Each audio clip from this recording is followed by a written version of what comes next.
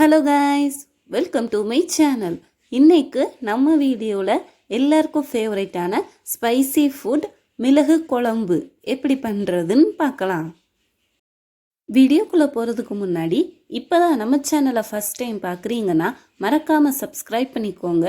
அப்படியே பக்கத்தில் இருக்க பெல் ஐக்கானையும் கிளிக் பண்ணி ஆள் கொடுத்துக்கோங்க. வீட்டிலையே காரமான மிளகு குழம்பு செய்ய தேவையான இன்க்ரீடியன்ட்ஸ் என்னென்னு ஃபஸ்ட்டு பார்க்கலாம். சின்ன வெங்காயம் 10 சின்ன சின்னதாக கட் பண்ணிக்கோங்க. வெள்ளைப்பூடு 6லேருந்து 8 நீளமாக கட் பண்ணிக்கோங்க.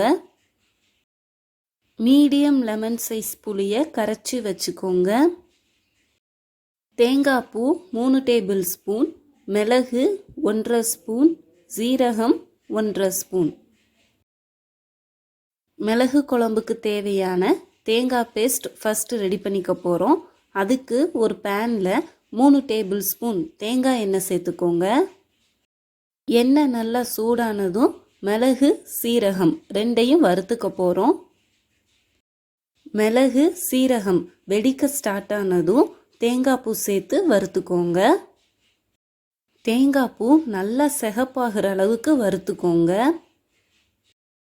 தேங்காய் பூ நல்லா செவந்ததும் ஒரு பிஞ்சு உப்பு சேர்த்து வறுத்துக்கோங்க. அப்போ தான் இந்த கலர் மாறாமல் அப்படியே இருக்கும். வறுத்த மிளகு சீரகம் தேங்காய் எல்லாம் நல்லா ஆறுனதும் மிக்சியில் போட்டு அரைச்சிக்கோங்க. கொஞ்சம் கொஞ்சமாக தண்ணி சேர்த்து நல்லா மையாக அரைச்சிக்கோங்க. அவ்வளோதான். இப்போ தேங்காய் பேஸ்ட்டு ரெடி பண்ணிட்டோம். குழம்பு செய்ய ஸ்டார்ட் பண்ணிடலாம். ஒரு பேனில் 2 டேபிள் ஸ்பூன் தேங்காய் எண்ணெய் சேர்த்துக்கோங்க. எண்ணெய் நல்லா சூடானதும் கடுகு, உளுத்தம் பருப்பு, சீரகம் 3ஐயும் பொரிச்சுக்கோங்க.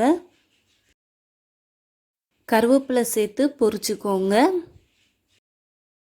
கருவேப்பிலை நல்லா பொரிஞ்சதும் கட் பண்ணி வச்சிருக்கிற வெள்ளைப்பூடு சேர்த்துக்கோங்க.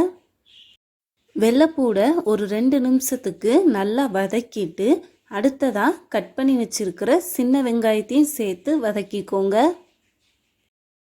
வெள்ளைப்பூடு வெங்காயம் நல்லா செவக்கிற அளவுக்கு வதக்கிக்கோங்க. வெள்ளைப்பூடு வெங்காயம் நல்லா வதங்கினதும் கரைச்சி வச்சிருக்கிற புளி தண்ணியை ஆட் பண்ணிக்கோங்க. புளி தண்ணியை சேர்த்துட்டு 1 டீஸ்பூன் மஞ்சள் பொடி, 1 டீஸ்பூன் பெருங்காய பொடி சேர்த்து மிக்ஸ் பண்ணிக்கோங்க. 1/2 ஸ்பூன் வத்தப்பொடி, மல்லிப்பொடி 2 ஸ்பூன் சேர்த்து நல்லா கலந்து விட்டுட்டு கொதிக்க விடுங்க. மிளகு குழம்புக்கு தேவையான கல்லுப்பும் சேர்த்து கலந்து விட்டு கொதிக்க விடுங்க.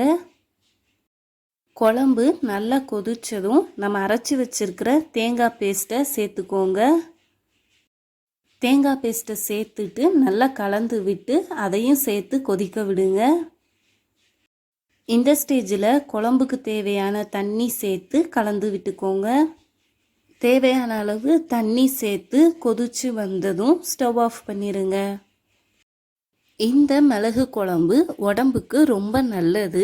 சளி, இருமல், உடல் வலி இருந்தால் இந்த குழம்பை கண்டிப்பாக நீங்கள் ட்ரை பண்ணி பார்க்கலாம்.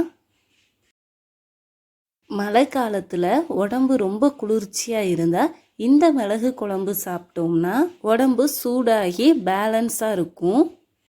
இந்த மிளகு குழம்புக்கு சைடிஷாக பூசணிக்காய் கூட்டு இல்லைன்னா வெறும் அப்பளம், பொரிகடலை துவையல் கூட ரொம்ப நல்லாயிருக்கும். ரொம்ப சிம்பிள் ரெசிபி தான். ஸோ கண்டிப்பாக நீங்களும் வீட்டில் ட்ரை பண்ணி பாருங்கள். கண்டிப்பாக வீக்லி ஒன்ஸ் இந்த மாதிரி குழம்பெல்லாம் எடுத்துக்கிட்டோம்னா உடம்புக்கு ரொம்ப நல்லது.